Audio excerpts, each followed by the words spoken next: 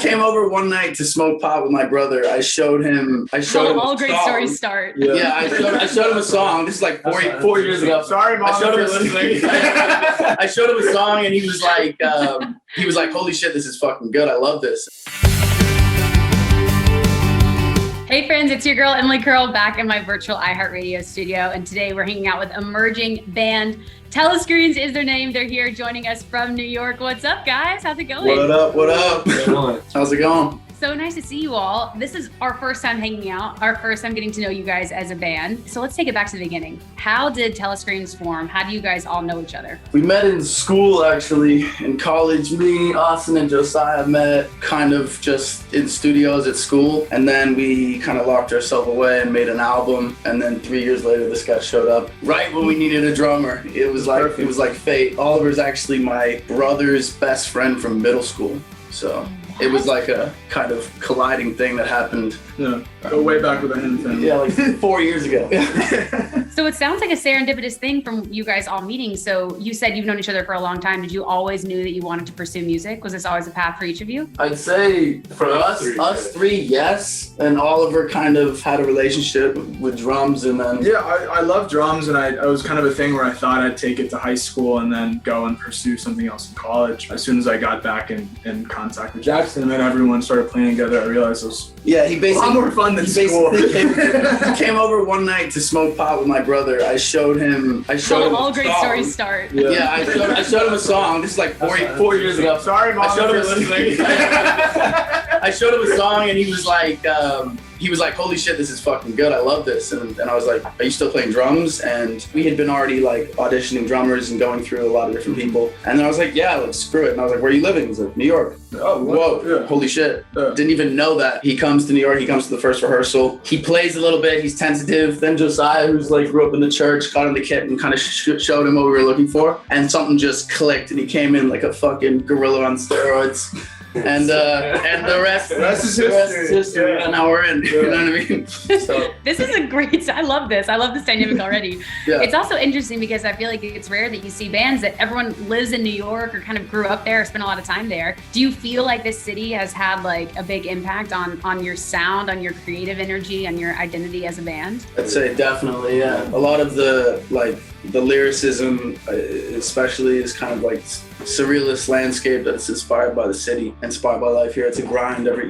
Get people from all different walks of life walking around next to you, bumping shoulders. So it keeps us moving. I know as soon as I leave here, I freak out. It's almost like I'm addicted to it. Can't live with it. Can't live without it. I mean, you talk about the grind of it as an upcoming band. It's always tough. I feel like that first, big moment. What was that for Telescreens for you guys? You're like, okay, I think we're onto something. Us four, we're gonna release music. Like this is gonna happen. Do you have a moment? Oh, you're nodding in the back. Yes. Yeah. So it was back in 2017 when we first started playing. We met in school. We were playing at Bushwick Public House, and we were just had just met. But that was like our first show that we played together, us three. We had another drummer at the time, but don't compare to Oliver. But Oliver, no one compares to you.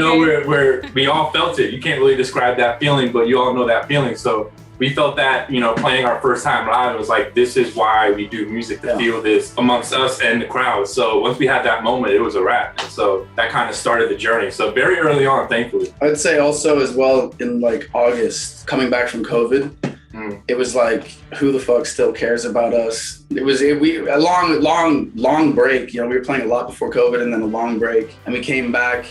And I remember an hour before we went on, there was no one in the venue, and I was like, damn, bro, nobody gives a shit about us. And then 30 minutes before, I'm downstairs, and my brother comes up to me, and he's like, dude, come check out the line.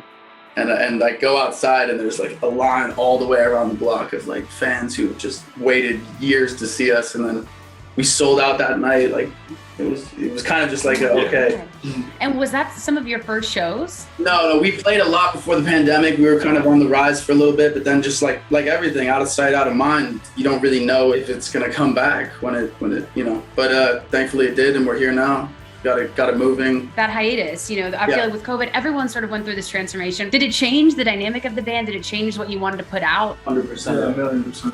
Yeah, so I'll say off bat, Oliver and I, our parents live close, so we were together, and we ended up just rehearsing all day. So I practiced guitar a lot. He practiced drums a lot. It was a real moment for us to lock in on our instruments and hone our craft and just go, okay, while nobody's watching, while the world is sleeping, we are just in on our like 6-7 hours of rehearsals a day, like every day, bleeding, like months. Are you fucking in this, bro? Like, do you really fucking want this? Like just boot camp. It was like boot camp. it was intense, just pushing each other to the absolute limit, and then like we came out of it, and totally get it off. Kicking ass since, you know. What would be like the ultimate? I mean, New York has so many iconic venues. What would be the ultimate iconic venue that you have a sold out show at in the city? No, I said New York. I said New York.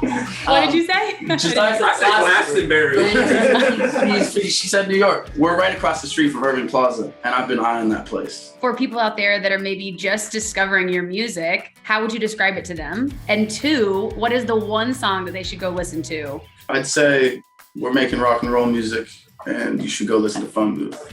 Ooh. But you also said that it's with folk songwriting, right? So rock and roll folk songwriting, is that still sort of the basis? Yeah, I mean, I grew up on Bob Dylan. My dad was playing Bob Dylan in the house all the time, and the Beatles and Nirvana and the Pixies, and it kind of stems from that area. But yeah, I think a lot of what we're doing live is new, and people are kind of listening to the first record, which is electronic, which 3 of us stand behind and think is a great piece of work, and we're very proud of it. But the new record is very much like we're trying to carry the torch of rock and roll, and that's like, you know, we believe in this as like a lifestyle, as a religion, as a movement that people can stand behind and access euphoria through, and that's what we're trying to do, just like the greats before us, you know. I can imagine, based off your boot camp story of when you guys getting back in the group, what it's like recording an album now. Yeah.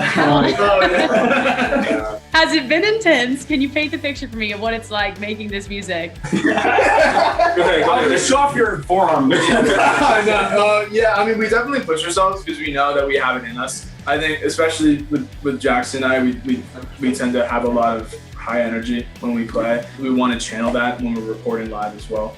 He's got a graveyard of drumsticks around him. Like by the end of the first day, he broke like 20 sticks. Like, oh my god! It was it's just like wood. So you're feeling the music. It's a sawmill. We're all bleeding and sweating and crying. He broke 20 strings as well. It's a whole thing. Oliver, for these 2, it's less physical, so they're just like. It's more mental. Me and Oliver are fucking going at it. But so I could just say that Summer of Hell paid off. If y'all do not have a track on the album called Summer of Hell, That's